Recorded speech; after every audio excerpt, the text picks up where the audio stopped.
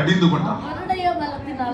இந்த உயிர்த்தெழுந்த பகுதியில அவிசுவாசத்தை கண்டு அவங்க மேரி மேக்டலின் மேரி வந்து கல்லறையில பார்த்ததெல்லாம் பார்த்துட்டு வந்து சொல்லுவாங்க, இயேசு உயிர்த்தெழுந்துட்டார். ஆடப்போம் ஒரு வேலையில் உனக்கு.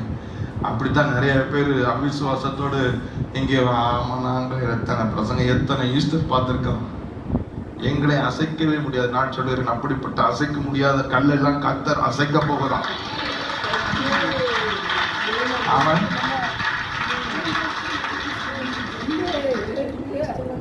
Rebuke yourself for those unbeliefs.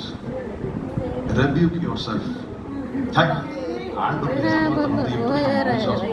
நான் சொல்லுகிறேன், உங்கள் வாழ்க்கையில் இந்த நாள் தொடங்கி கர்த்தர் உங்களுக்கு அந்த உயிர்த்தெழுதல் வல்லமை அனுபவிக்க வைக்க போகிறார். அதற்காகத்தான் அந்த மனக்கணிகளை திறக்கும்படிகளை கொண்டு வந்திருக்கிறார். See, when that power he exerted on Jesus, அவர் குமாரனில் தன்னுடைய மாத்திரமல்ல, குமாரன் எல்லா நாமத்துக்கும் மேலான நாமத்தை உடையவராக செயல்பட்டு இருக்கு. எந்த வல்லமை குழியிலிருந்து மாத்திரம் தூக்குற வல்லமை இல்ல, உன்னை உயர்த்தி உயர்த்தி உயர்த்தி எல்லா இடத்திற்கும் மேலான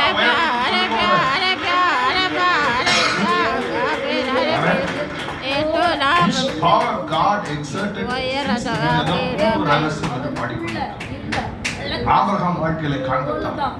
ஆபிரகாம் சரீரம் செத்து போனவன், வயது அவனுக்கு 90 தாண்டி விட்டது.